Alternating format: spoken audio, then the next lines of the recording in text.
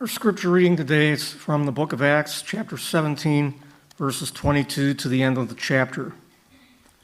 Paul then stood up in the meeting of the Areopagus and said, "Men of Athens, I see that in every way you are very religious. For as I walked around and looked carefully at your objects of worship, I even found an altar with this inscription, 'To an unknown God.' Now what you worship is something unknown I am going to proclaim to you. The God who made the world and everything in it is the Lord of heaven and earth and does not live in temples built by hands. And he is not served by human hands as if he needed anything, because he himself gives all men life and breath and everything else. From one man he made every nation of men, that they should inhabit the whole earth, and he determined the times set for them and the exact places where they should live. God did this so that men would seek him and perhaps reach out for him and find him, though he is not far from each one of us. For in him we live and move and have our being. As some of your own poets have said, we are his offspring. Therefore, since we are God's offspring, we should not think that the divine being is like gold or silver or stone, an image made by man's design and skill. In the past, God overlooked such ignorance, but now he commands all men everywhere to repent. For he has set a day when he will judge the world with justice by the man he has appointed. He has given proof of this to all men by raising him from the dead." When they heard about the resurrection of the dead, some of them sneered, but others said, "We want to hear you again on this subject." At that, Paul left the council.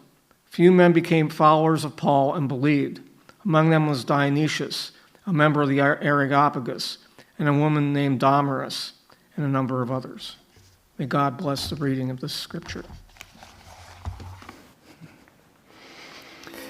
Thank you, Jim. Before we get into this text, very rich text, let me first say it's a privilege for me to be here with you again. Thank you for being willing to bear with my English. And thank you for inviting me to share something from the Word and something about or from the ministry that I serve with. I serve with a ministry called In Life, and it's an outreach ministry to university students, secular university students in this country, in the Czech Republic. I was born here, and I have the privilege serving in this atheistic country. And the ministry began back in the times of the communism in 1982, and it started with basically just originally one person, then a little group. Then God really blessed us, so it grew. In 1991, we were able to start an official ministry, and since that time, the Lord was so good to bring several thousands of students to Him through the witness of those who first believed. And right now, we have our teams in 4 different university cities, 3 Czech cities, including Prague, Brno, Hradec Králové, and then 1 in Slovakia, Bratislava. We also serve at 2 places to university graduates in a young professional ministries. And your brothers and sisters, who I am bringing the greetings from, are right now worshiping the Lord at this very time in my city, in Brno. And we all know how it all went with COVID and everything just recently, and we are so relieved only to find out that there is another crisis, and it is the war in the Ukraine. And so we have to be adjusting, our ministries and efforts to that, while still sticking with bringing the good news of the gospel to the university students. We have been able to respond to the refugees crisis, and the Lord gave us a facility in Brno that we are using as a bed and breakfast, a 4-star bed and breakfast, and we've turned part of it into a accommodation facility for the refugees. So we used to have 2 families from the Ukraine. Now we have 1. It's a mother and 4 children.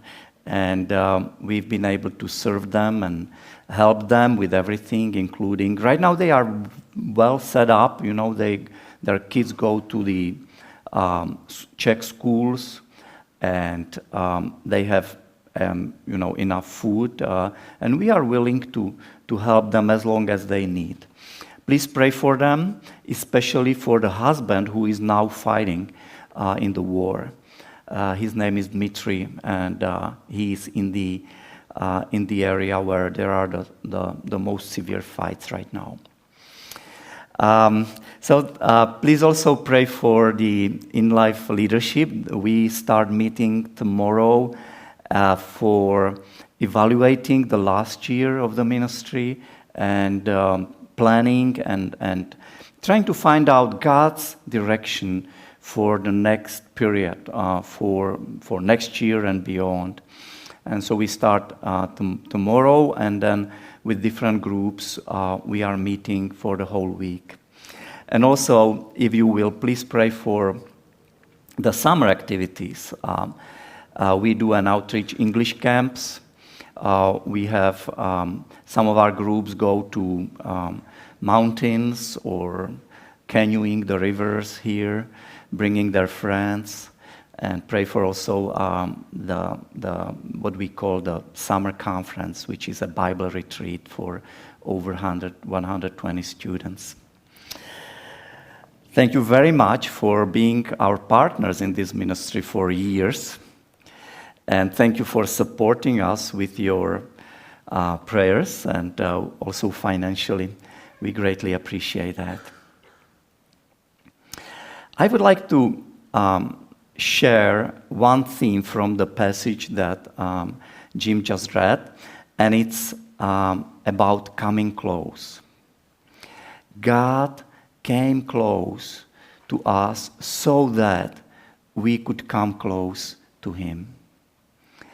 And we will be thinking and talking about how big is God and how far away from us is He. And then also we'll talk about what He did to come close to us. And finally, we'll talk about how we can get closer to Him, how we can respond to His act of coming close. How big is our God, and how far away is He from us? We've already sang, "How great Thou art." He really is great.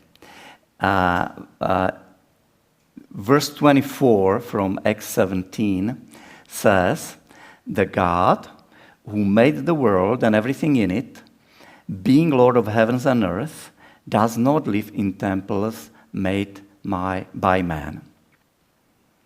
How big is the world that God made? How big is the universe? It's very big. Actually, it's much bigger than every one of us can think of. Let's talk about it a little bit. And there are very good videos on the YouTube. So if you Google something like "how big is the universe," then you'll find some of them. The observable universe, we are told by astronomers, is 93 billion light years big. It's really hard for me or for any one of us to imagine what it means. We don't have the reference, we talk about such big numbers. Even 1 light year, it's a little bit, too much. But let's think. The moon, the closest cosmic object, it is not as close as we tend to think. It's about 385,000 kilometers away from us. So I know what it means to travel from Brno to Prague. I just did it this morning. it takes 2 hours something, you know. If I speed, then it takes 2 hours. And, you know, it would take me 180 days to go with the same speed from Earth to Moon, to drive it. And, you know, that's half a year, basically, just, you know, sitting in a car. 2 hours is enough, I mean. But only 12 human beings were able to be there. It takes a radio message 1.25 seconds to get from Earth to the Moon and then back. So that's Moon. It's not that close as we tend to think. Then Mars.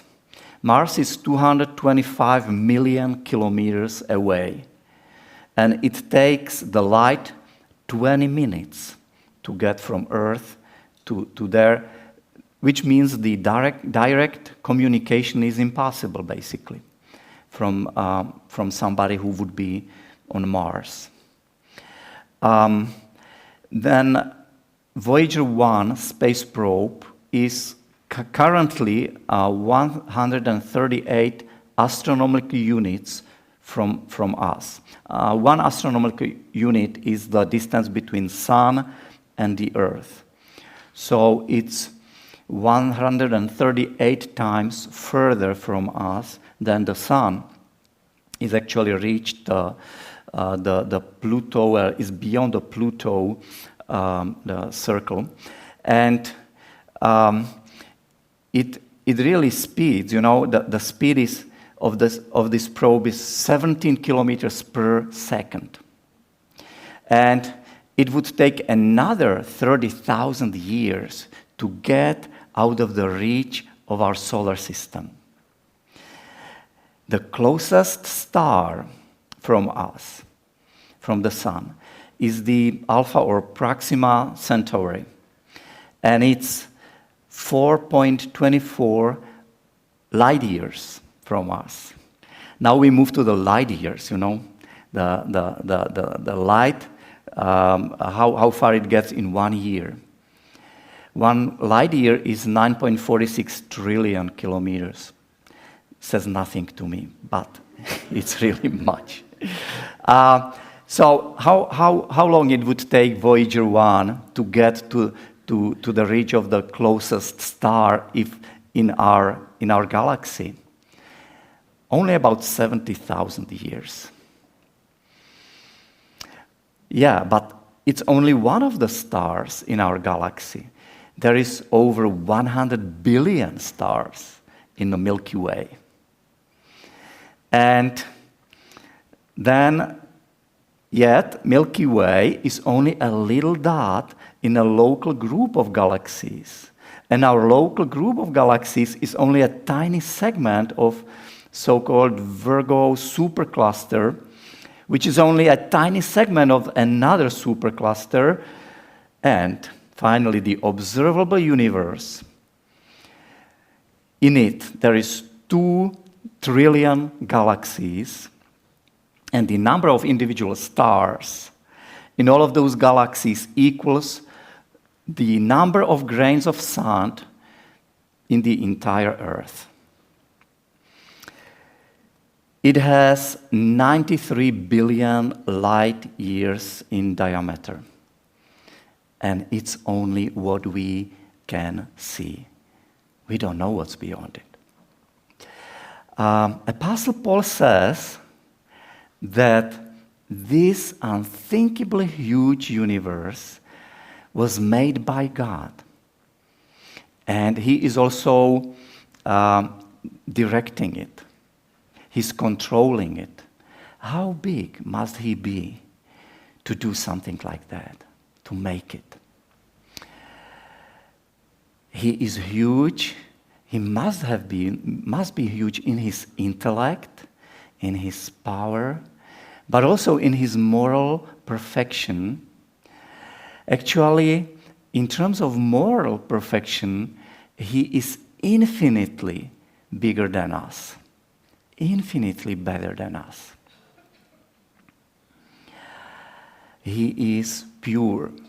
We are not. He is holy. We are sinful. So the distance between us and God is unthinkably huge. In a moral sense, it's infinite. And, of course, it's not in our power to be able to travel that distance, to overcome that distance that is between us and God, that gap. We can't even get closer. It's the same as if we would try to travel to a distant galaxy. It's not only impossible, it's even hard to imagine. If it takes 70,000 years to the closest star, if we travel the huge, the speed of 17 kilometers per second, God is much further than Proxima Centauri. He is much further than the 93 billion light years. So, he's really far, and he's really big. What did he do to get close to us? The second part of verse 27 says, "Yet he is actually not far from each one of us." God created everything for the purpose that people would be looking for him. Everything points to God. Because everything that exists has a cause. Every design has a designer. So just observing the world around us leads us to find out that there must be God, that he does exist. God who created everything from nothing, who exists apart from the space and matter and time, and someone who is super intelligent, who is super powerful, and who is personal. Because he decided to create all of this, to start it, and to make a decision, it requires a person. So God must be a person. I mentioned Czechs are one of the most atheistic nations in the world. But you know what? Most people here in the Czech Republic today believes that there is something above us, atheists. And that something is God. Actually, it's not something, it's someone, because he's a real person.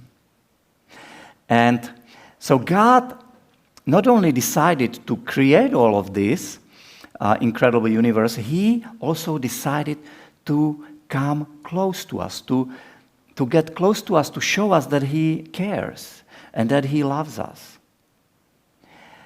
How can somebody that big as God is come close to us? How could he do that to approach us? Let me give you an illustration. I have a wife, Danka. We have 2 children, and we have 2 grandchildren already.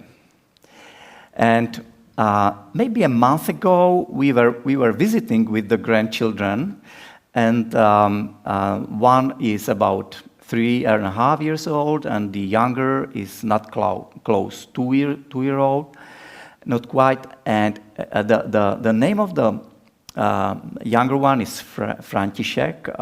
Let's call him Frankie. And we didn't really have time yet to develop a closer personal relationship. So when we were visiting, he was kind of hiding, he was just coming to his mother. And so what should I do to get closer to little Frankie. You know what I did? I did something like, buff. Woo. And when I did it maybe 5 times, he started to respond. And he started laughing, and he wanted me to do it again. And when I did it the 10th time, I got tired of it, But he was still wanting me to do that. Why? Because I came close to him. What I had to do, I had to come down to his level, right? I had to think about where he is and meet him there. God did exactly the same thing. To come closer to us, he had to become little. He had to become smaller, and he had to humble himself. We read in passages like Philippians 2 about very descriptively about what God did. And in John 1, we are reading that the Word, meaning the uncaused cause, became flesh and dwelt amongst us.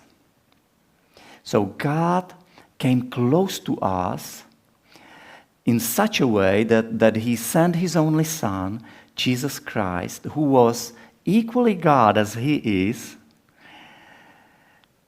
So God had to become smaller and humble himself so that he could live in a body as ours. And Jesus lived the perfect life that we should have lived. And he never gave up to temptation, never committed any sin. He stayed pure. And he showed us how to live, actually. We have never seen God, says Apostle John, but he told us about God.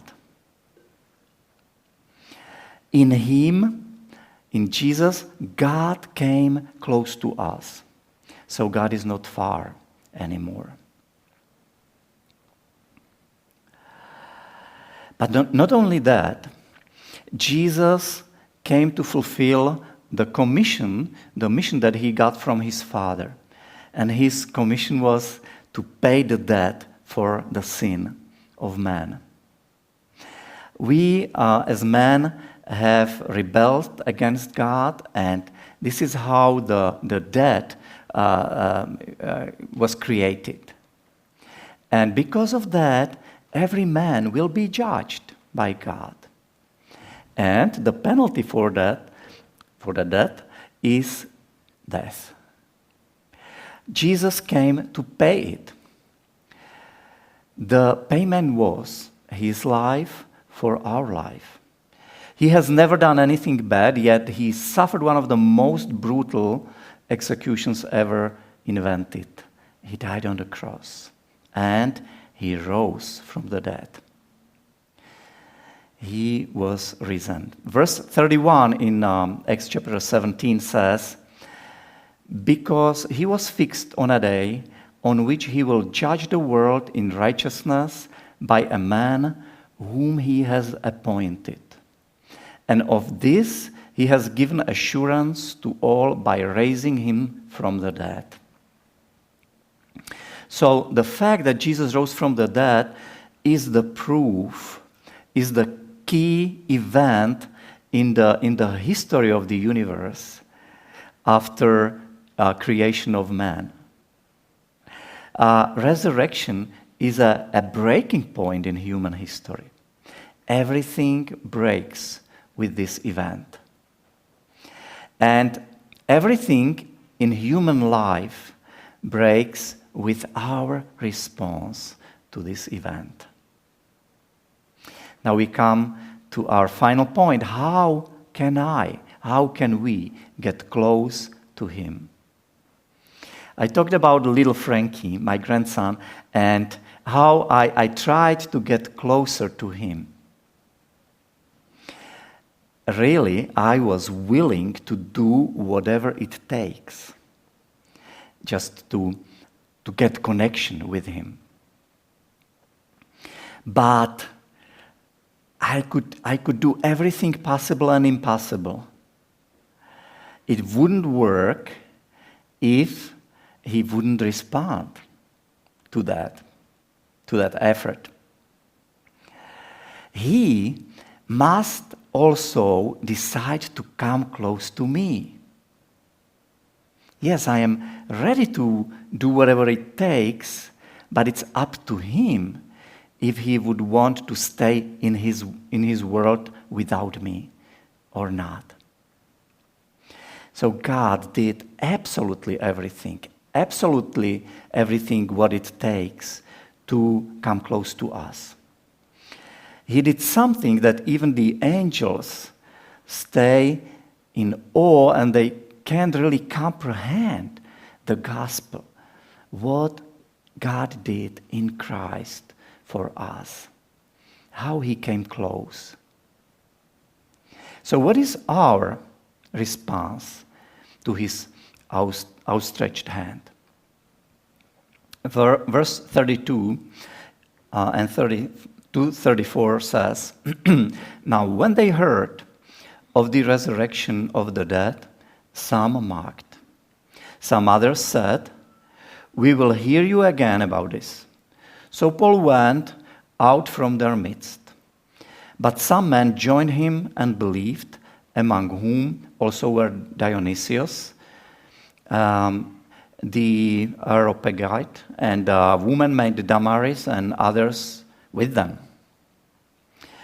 Paul was in Athens. He was speaking at Areopagus, a place where anyone could come and introduce some new philosophy, new concepts, and they loved it. They wanted to discuss it, and so Paul used the opportunity.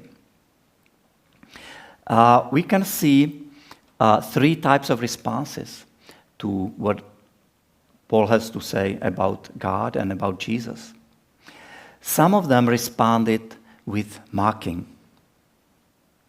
Everyone knows what happens with a man when he dies. He is dead. He can't rise again. It has never happened. So you Paul, can come to us with the craziest philosophy or the wildest scientific theory, but with resurrection, don't really come to us. These people, they refused God's hand. He's coming close. There was another group. This other group is characterized by saying, maybe one day. It's interesting what you're saying. I'll be listening some more, but not now, not right now. They postponed it, and it's interesting. They said, but I don't have really time. I think this is a typical response to Czech University students if you start talking to them about God and about spiritual things. I must focus on school right now. I must start my new career. I am here just to have fun. I am young. I want to travel. Or I am too tired because I have already a family, and so not right now. Unfortunately, this response is a little bit tricky, masked decision to refuse God's coming close. But God is patient. And He initiates new and new attempts to connect with us. Gives us opportunities to respond. He was patient with me. He didn't really give me only one opportunity to come close to Him. We have some of our students who were refusing it for several years, and finally took His hand that was outstretched there. And the third group, there were some that believed. They decided to take His outstretched hand. They came close. They accepted God's closeness. They repented of their sin. They confessed it. They accepted God's forgiveness by faith. And the gap between them and God just disappeared.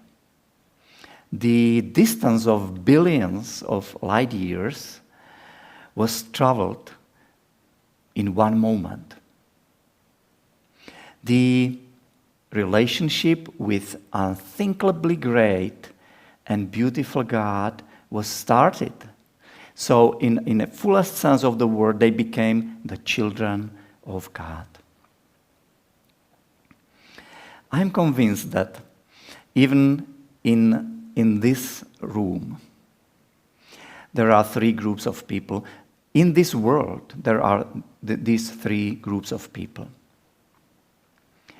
God is unthinkably great and distant, but He came low to our level in His Son Jesus Christ, who lived the life that we should have lived and died the death that we should have died, rose from the dead, and now He lives and offers us the reconciliation with His Father. He offers us friendship, the end of animosity. And it's not the fairy tale, it's a reality. To refuse this takes more faith than to accept it. So, if there is anyone who hasn't done it yet, this very moment is another opportunity. God's hand is outstretched. You can hold it. And I know that many of us, many of you have already done that. Is it all? Not at all. Just the opposite. The story continues. The adventure continues. So, as for me and Frankie, it doesn't end with just starting to have the contact. So it is for God and for me, it doesn't end with us getting in touch with each other. We can continue getting closer.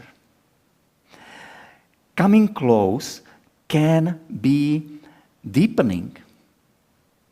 Our trust to Him can grow. Our understanding, our knowledge of Him can grow, and with it also the joy, the peace, the happiness. Let me ask us a question. Have you been closer to God at any time than you are right now? Who pulled away? God is not coming away from us. He is not changing. But there are different obstacles between us and God, and all of them are on our side. The greatest of which is our sin and our pride. But we have been redeemed from those things. They are not ruling power. They have no ruling power over us. So maybe this summer will be the opportunity also for us to come closer, come even closer, to just stop, to put away all of those obstacles, all of those burdens, and to get close. And to experience the closeness as we have not experienced so far. I know how it is. I feel tired even at this moment, at the end of the school year. It's been busy. I'm ready for some rest. I am ready to be with my God, to slow down, to do some thinking, to take a helicopter look at my life. And I wanna accept his invitation to come closer. So the one who humbled himself, who got smaller and became man, decided to put away some of his attributes as God, lived in the evil and unfriendly environment, and died as a criminal for a crime that he didn't commit. The same Jesus is coming back. But this time, the next time he's coming, it's going to be as king in his glory, in his beauty, in his splendor of the King of the universe, and also as a righteous judge who will bring his righteous reward with him. And those who accepted his outstretched hand will be rejoicing with the joy full of glory, and then we'll be with him forever. The fight will be over. God bless you.